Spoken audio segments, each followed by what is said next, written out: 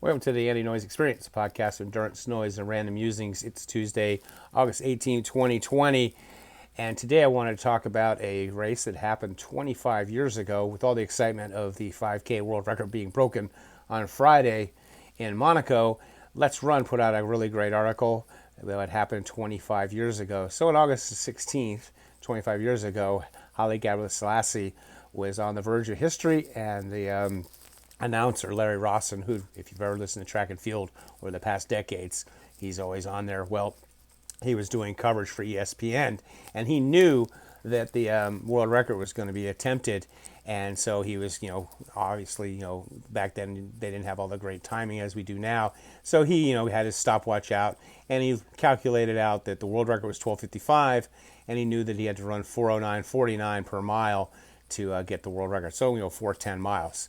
And so on goes the race, but right at the beginning, Gebrselassie, who is only 5'5", was just flying around the track. And when he looked at like the 3,200 meter mark, it was a 4:07 mile pace. And so Rawson was kind of concerned because he's looking at it, and he wants to see a world record, obviously, but he was kind of like wondering, wow, is my math wrong? Am I seeing the track correctly? Because the place is pretty crowded. And Haile just kept going and going and going, and when he started looking at the splits at the 5,000, and he's like, wow, he's going to be definitely going fast, like 12:40s. And Rawson says, I'm saying to myself, holy crap, could look like an idiot here. That is probably the single most stunning race that I've ever recall ever watching. The danger of what I had to say on the air, the possibility of being wrong was kind of scary at the time. Ended up not being wrong.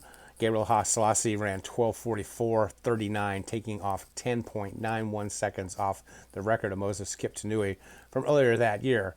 And that was the biggest improvement in 63 years, at the time 80 years currently. And seconds after he finished the line, of course, Moses Kiptanui was actually there at the meet. And that goes to tell you how big a meet this was back in the day. Susie Favor Hamilton, who was one of our Olympic runners, ran for Wisconsin.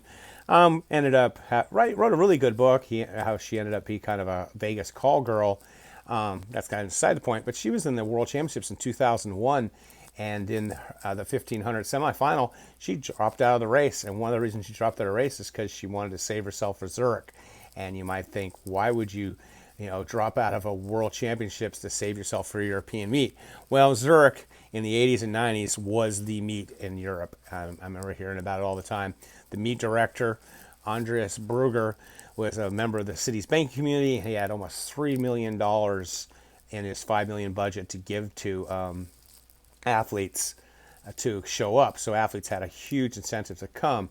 And the deep pockets, and also the stadium was awesome. It was a 24,000 seat stadium. It was really small, and just the crowds and everything were just crazy, crazy. I was lucky enough back in 1986. I was in Europe, and I was in Berlin, and they ended up, no, I was in, not Berlin, Munich, and they ended up having one of these world-class meets, and we went to it, and it was in the Berlin Stadium, and it was pretty amazing. I got to see Sergei Bubka pole vaulting, got to see Carl Lewis and lots of people, and it's just, those meets are just completely different than here in the States. And you kind of saw that the other day in Monaco. Even with limited seating, they still had 5,000 people there, and it's just a completely different world. So the money and the crowds, everybody wanted to run the Weltklasse. And so in 1995, Gebrselassie and Kiptanui both were saving themselves for Zurich. And here, I didn't know this story, but it's so crazy. So Gabriel won the 10,000 in the World Championships, and he was entered in the 5,000, but decided not to run it because the race, Zurich, was only going to be like 5 days difference. Yeah, so so it was August 13th versus August 16th, so 3 days. So he couldn't do it, and so him and his agent decided that his legacy was important, and even though he hadn't been in the Olympics, which he went on and won a lot of Olympics, they wanted to become, they looked at his legacy and wanted him to become the greatest of all time. And at the time, it was Emil Zepek of Czechoslovakia. And Emil had actually, in the 1952 Olympics, won the 5, 10, and the marathon. And so Gabe could surpass Zepek in other areas, possibly. And one of those was in world records. It ended up, Emil did 18 world records, and Gabriel did 26 or 27.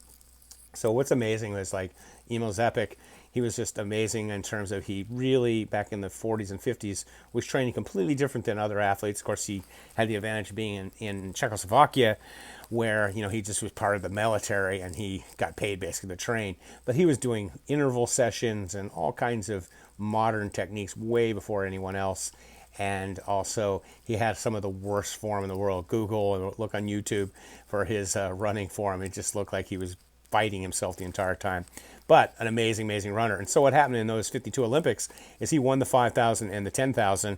And then at the last minute, he just decided to jump into a marathon, even though he'd never run one before. And infamously, he just decided to follow the leaders. And there was an Englishman, I can't remember the name. And he's running with the Englishmen.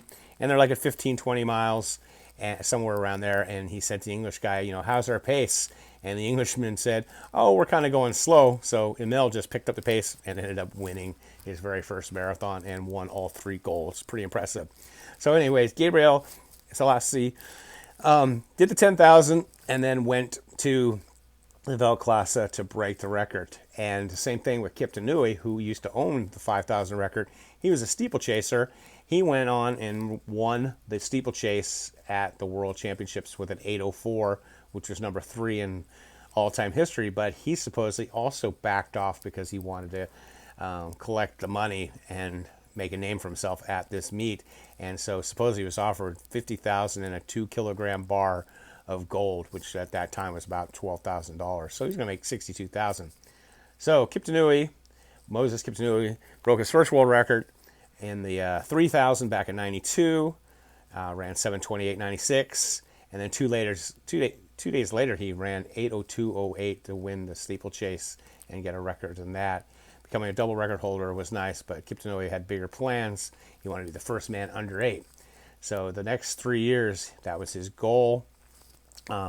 He ended up owning and breaking the record in the 5,000, which Gebrselassie ended up breaking. So he shows up at that meet, and he was such a baller. He didn't want to have pacemakers, and he argued with his management, but he wanted to do it on his own. He said, I told him, if pacemakers are there, I may not comfortably as possible because I want to prove that I can do it by myself. And so he did it on his own. He had some competition in the race until the last few laps. His countryman, Kiptanui's Kenyan, actually ran barefoot, and an athlete from Saudi Arabia hung on. But at the bell lap, he was 6:59, and he got the world record. And the first man ever to break 8 minutes, ended up a personal best of 7:56.16 in 1997. But he always goes down in history as being the first man ever to get that type of record. So, definitely was interesting. So, when they had the Gabriel with his race, he had pacemakers. He had Wilson Kiptour helped run, the Worku Bakili, who himself had ran 12:57 in Rome, and then an Irishman, Franco Mir, who took him through the mile.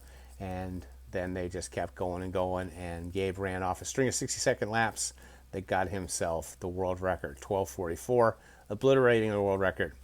And so definitely a great, great day in running history, probably one of the greatest meets of all time.